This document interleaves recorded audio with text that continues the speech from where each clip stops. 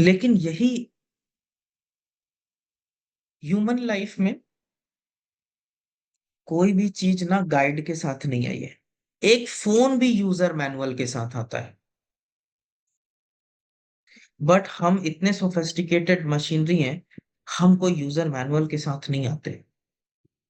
यही काल पुरुष की कुंडली हमारा यूजर मैनुअल है।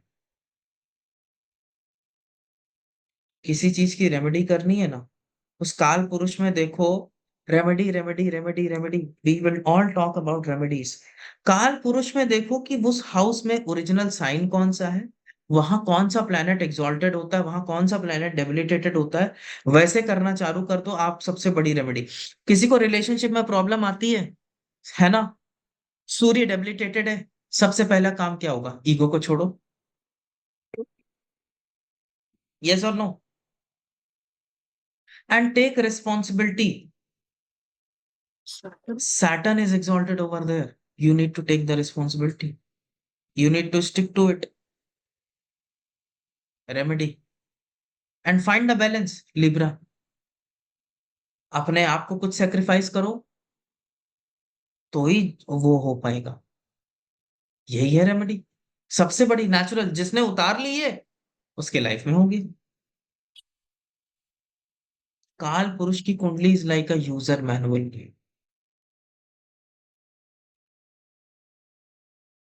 मैंने अपनी एक बार स्टोरी आप लोगों को बताई थी, which I think about the natural zodiac why 11th is the बाधक। Have I shared with you कि Yes, मेष sir. से लाइफ चलती है, लिब्रा तक लाइफ चलती है, फिर स्कॉर्पियो से लाइफ बदल जाती है? मैंने ये स्टोरी बताई है? ये सुनी है मैंने। Sir, अच्छा ठीक I think we have heard you in your YouTube videos, I हाँ, guess, है। शायद with आपके Hemraj यूट्यूब sir. चैनल पे। Okay okay okay okay. This is my own cooked story. ये मेरे अपना मानना और विचार है, इसमें कोई शास्त्र का मत नहीं है। ये मैं पहले ही डिस्क्लेमर दे देता हूँ, ये मेरी समझ कहती। 11th हाउस बाधक को समझने का समझ है ये।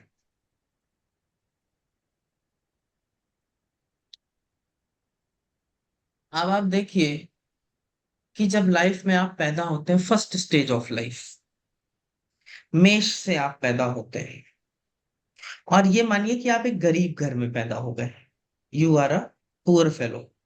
मेष में बहुत पैसा नहीं है, ये चीज याद रखिएगा। मेष राशि does not have a lot of money, क्योंकि टॉरस से 12th है वो, टॉरस का लॉस है वो, मेष राशि। So suppose you are born poor, what is the next thing you do? You acquire resources, Taurus, कुछ रिसोर्सेस, कुछ फूड, और ये सारी चीजें, यही तो बेसिक नीड है आपकी, फूड, सम रिसोर्सेस।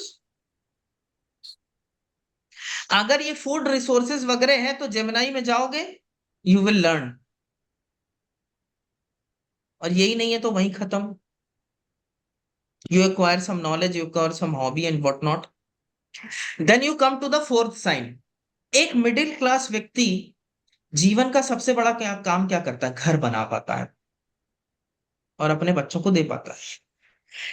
ये फर्स्ट से फोर्थ तक में ही ज्यादातर लोगों की लाइफ खत्म हो जाती है।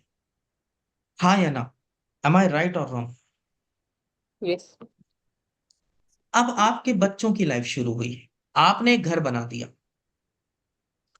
फिफ्थ साइन पे पहुंच गए, आप एक बच्चे आए, किंगली स्टेटस। अगर आपने घर वर बना रखा है, आपने रिसोर्सेस ठीक ठाक इकट्ठा किए, तो किंगली स्टेटस है बच्चों का। उसके बाद उनके नौकर चाकर, अभी तो जब तक आप खुद ही जनरल से ट्रेवल कर रहे थे तो आप क्या नौकर चाकर रखेंगे? फर्स्ट से फोर्थ का आपका स्टेटस था, अब आपके लिए नौकर चाकर और सारी चीजें मौजूद हैं। और गौतम बुद्ध की भी स्टोरी अब यहां से ऐड करिएगा। Gautam Buddha was a prince, Leo, उनके पास सब कुछ रहा होगा, नौकर चाकर सारी चीजें थी। लीब्रा आपको पता है कौन सी राशि है? लीब्रा को सिर्फ मैरिज से नहीं जोड़ते। गौतम बुद्ध किधर निकले थे अपने सारथी के साथ? Marketplace. I am adding two stories together, ठीक है? I tell you another story as well. He went to a market place, right? और उन्होंने देखा क्या था? What did he see over there? क्या देखा था उन्होंने? See that. बुढ़ापा, Yes. Poverty. बीमारी Death. Yes. Disease. और मृत्यु. Yes. लिब्रा में एग्जॉल्ट कौन होता है? Saturn. शनि क्या है? बुढ़ापा. Old age. शनि क्या है? बीमारी. शनि क्या है? मृत्यु. Sorrows. सौरोज, दुख. शादी करके मिलता क्या?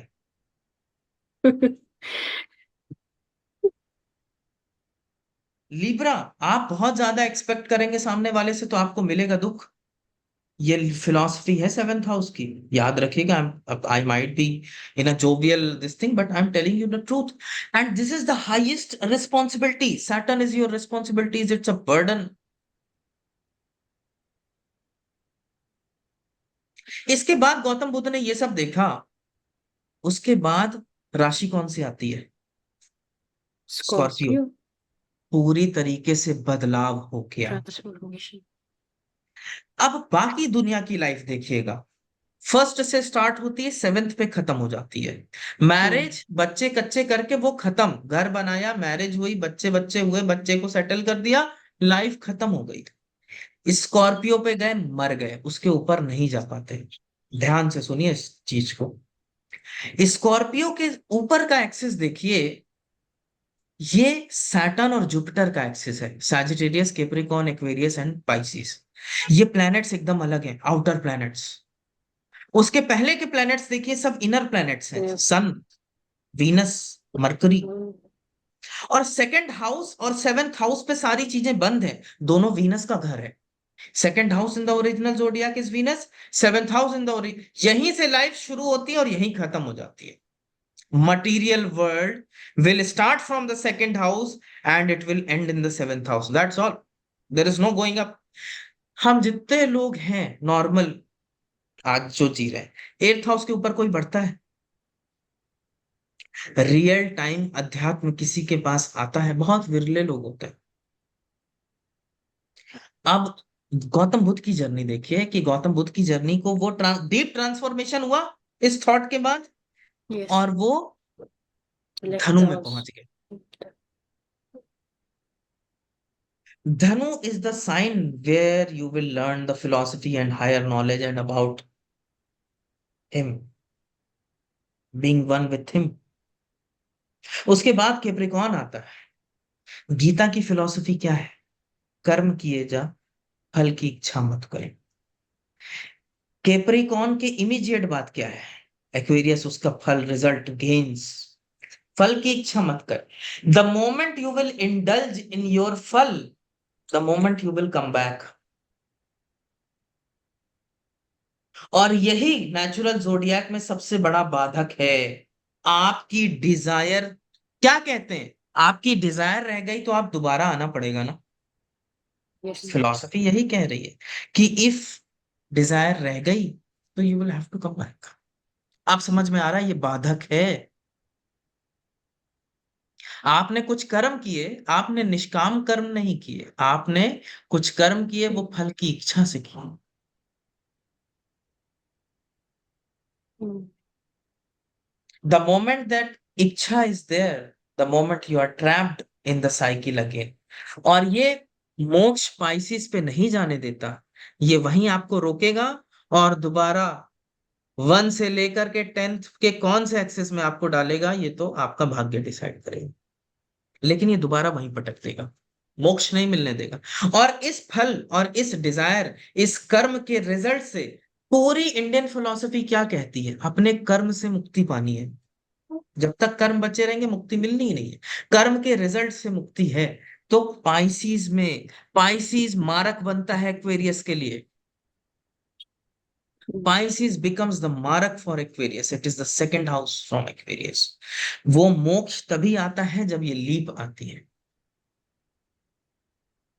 Interesting way of understanding the zodiac, right?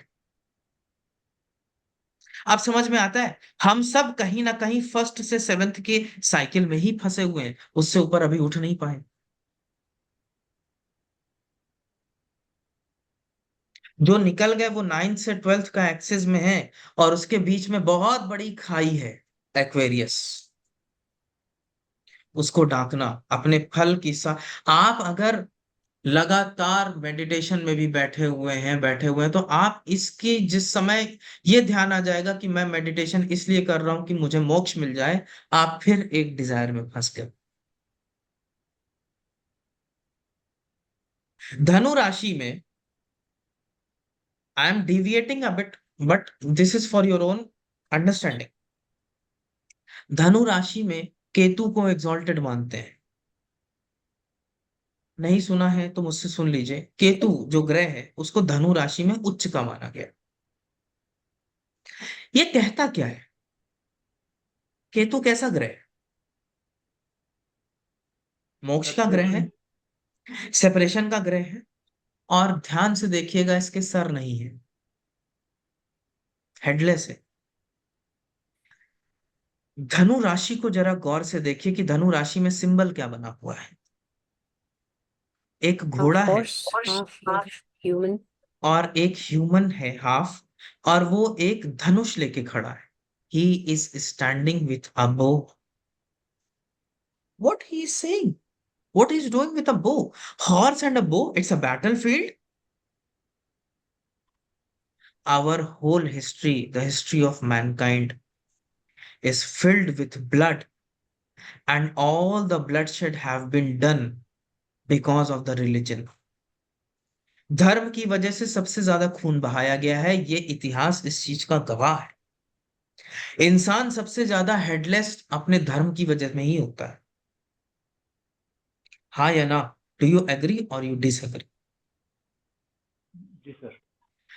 हम ह्यूमंस उस केतु की सही सीख नहीं समझ पा रहे हैं, और हम हेडलेस हो जाते हैं, और हम एक दूसरे को मार काटने लगते हैं। हमारा धर्म ऊंचा, हमारा धर्म ऊंचा, मार काटने लगते हैं।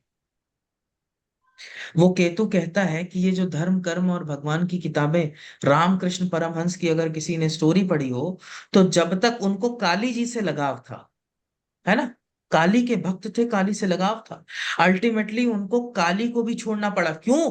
काली को भी अगर पकड़ के रखते तो मोक्ष कैसे होता? ये जो रिलीजन और ये गॉड और ये सब कॉन्सेप्ट है ना, ये सिर्फ आपको ये बताने के लिए है कि ये सब चीजें छोड़ो, ये सब चीजें समझ गए हो, आप समझ लो और ऊपर उठो। नाउ गो टुवर्ड्स मोक्ष। अगर इनको भी पकड़ के रखोगे, रोज रामायण पढ़ने से मोक्ष नहीं मिलेगा, गीता पढ़ने से नहीं मिलेगा, उनका अनुसंधान करके मिलेगा, उनको काम में ला के मिलेगा। You're now connected to Boatstone. Did you get the meaning of what I intend to say from my teachings?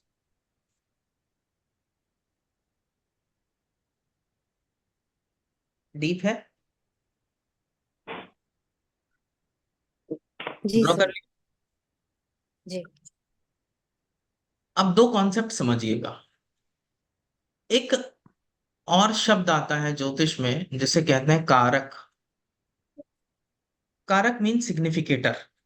ये सब और हम आगे पढ़ेंगे, जब हम प्लैनेट्स वगैरह पढ़ेंगे तो और आगे इसको पढ़ेंगे डिटेल में, अभी घबराइए मत, बस अभी समझिए। लग्न का जो सिग्निफिकेटर है वो सूर्य है, सन। Sun is the significator of your soul, your birth, your reason of birth. We have learned all these things, right? Sun is your vitality. मेष लगन को मेष से नहीं समझना है। ये जो मैंने मेष लिखाई है उसमें लिख दीजिए 1, 4, 10 और 7। 1, 4, 7 एंड 10। लग्न में ही 1, 4, 7 एंड 10 लिख दीजिए, और ऊपर एक एरो बना के लिख दीजिए चर। जो टॉरस लगन का चार्ट बनाया है उसमें लिखिए 2, 5, 8 एंड 11, और ऊपर एक एरो बना के लिख दीजिए स्थिर, फिक्स्ड। पहला वाला चर मूवेबल, दूसरा वाला स्थिर फिक्स्ड। तीसरा वाला जो आपने 3 नंबर मिथुन का चार्ट बनाया है उसमें 3, 6, 9 और 12 लिखिए लग्न में, ठीक है। और ऊपर लिख दीजिए डुअल, द्विस्वभाव, ठीक है। तो अगर आपने यहां ऐसे लिखा है तो यहाँ पे 3, यहाँ पे सॉरी 3, यहाँ पे 6, यहाँ पे 12, ऐसे आपको लिखना है और आपको एक एरो बना लेना है ऊपर की ओर और इसको लिख लेना है यहाँ पे डुअल, ठीक है। ऐसे आपको सब में लिखना है समझने के लिए, ठीक है। लग्न, जो फर्स्ट हाउस को लग्न बोलते हैं, उसका सिग्निफिकेटर होता है सूर्य, सन, ठीक है। और नैसर्गिक कुंडली में काल पुरुष की कुंडली जो मेष से स्टार्ट होती है, जो आपने फर्स्ट 4 7 10 वाली बनाई है, जो फर्स्ट चार्ट बनाया है, 11th हाउस होता है बाधक। 11th हाउस होता है बाधक, और बाधक का जो कारक है अदृश्य चीजें। आपको बाधक कैसी चीजें होती हैं? अदृश्य चीजों से होती है, यस और नो। नजर Yes. लगना एक अदृश्य वो है, ब्लैक मैजिक करना एक अदृश्य शक्ति है। इसका कारक कौन बन सकता है? Think about it, which planet can become the कारक फॉर सच थिंग्स? रा, Rahu. Rahu is the significator of बाधक। तो 11th हाउस में आप लिखिए बाधक एंड से right it down, the significator, उसके नीचे लिख लीजिए द सिग्निफिकेटर ऑफ लग्ना, कारक लिखिए, कारका ऑफ लग्ना इज सन, द कारका फॉर बाधका इज राहु, ठीक है। Did you get the point? अब ये चर स्थिर और दुस्वभाव की बात हो रही है, ध्यान दीजिएगा। ये मेष की बात नहीं हो रही, ये वृषभ की बात नहीं हो रही, ये मिथुन की बात नहीं हो रही, ये चर स्थिर और द्विस्वभाव की बात हो रही है। तीन ही टाइप के लग्न मिलते हैं हमको, करेक्ट? Yes. करेक्ट। राहु का मूवमेंट कैसा होता है? अगर एक्वेरियस से राहु चलेगा तो वो कैप्रिकॉर्न में आएगा कि पाइसिस में जाएगा? Capricorn. Capricorn sir.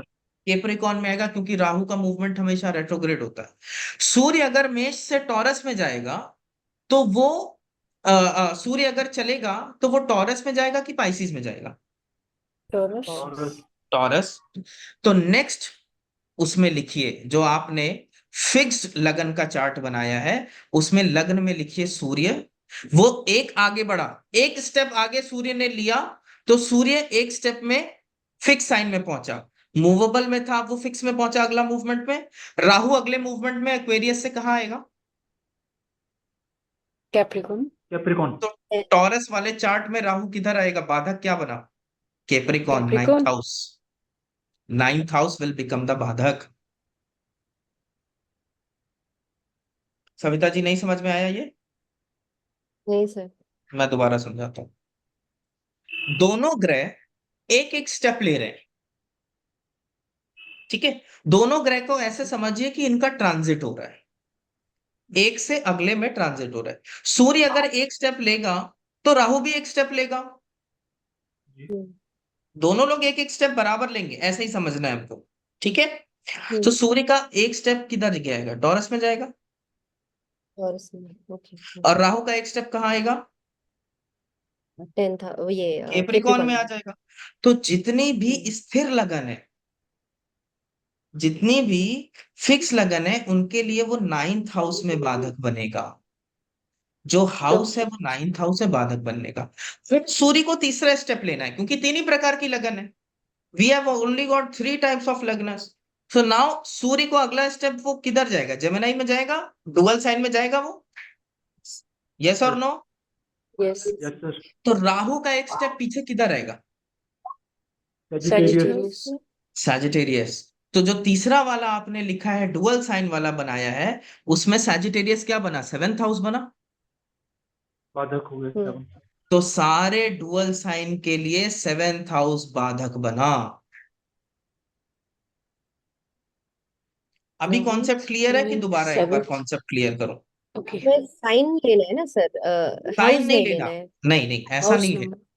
हाउस इसलिए हम ले रहे हैं, साइन को आपको समझाने के लिए तरीका बताया है कि इसका डेरिवेशन कैसे हो रहा है, हाउ दिस इज डेराइव्ड।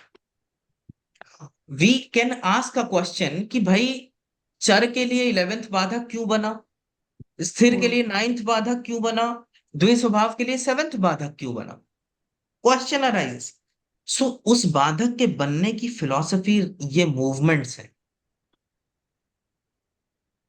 पहले में देखिए पहला मूवमेंट किधर गया,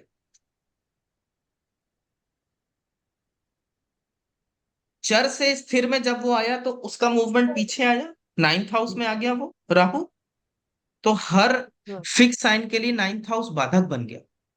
आप लियो, तो सर एक स्टेप पीछे जाएगा ना, हाँ तो एक वो, एक्वेरियस से एक स्टेप पीछे लीजिए, देखिए कहाँ गया, तो फर्स्ट एक्वेरियस से एक स्टेप पीछे लिया, तो कैप्रिकॉर्न आया।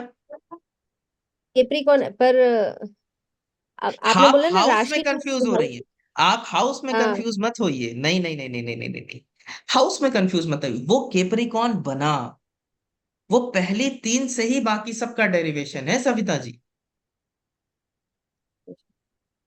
ये मैं डेरिवेशन सिखा रहा हूँ, बहुत गहरी चीज सिखा रहा हूँ आपको, ये डेरिवेशन है। तो वो जब 9th हाउस में हर फिक्स्ड असेंडेंट के लिए आप देखेंगे कि लोग बोलते हैं कि 9th हाउस उनका बाधक है। फिर जब उसका मूवमेंट होता है तो वो कैप्रिकॉर्न से सैजिटेरियस में आ जाता है, और सैजिटेरियस 7th हाउस बन जाती है डुअल साइंस के लिए। ये हम चर से उसका, चर स्थिर और द्विस्वभाव से उसका बाधक के हाउसेस का डेरिवेशन निकाल रहे हैं। थोड़ा सा इंट्रिकेटेड आपको लग रहा होगा लेकिन बहुत सरल है। आप उसको हाउस में ले रही हैं, मैं समझ रहा हूं आप क्या कर रही हैं, आप यहां से उसको यहां ले जा रही हैं, जी जी लेकिन ये पूरा चेंज हो जा रहा है। ये हम एक हॉरोस्कोप को आगे बढ़ा रहे हैं, मेष से लेकर के इधर आ रहे हैं, फिर इधर आ रहे हैं, तो वो वैसे ही सारी लग्नों के लिए ये डिराइव्ड फॉर्मूला है कि बना कैसे, बाधक आया कहां से, इसकी सृष्टि कैसे हुई, इसकी रचना कैसे हुई।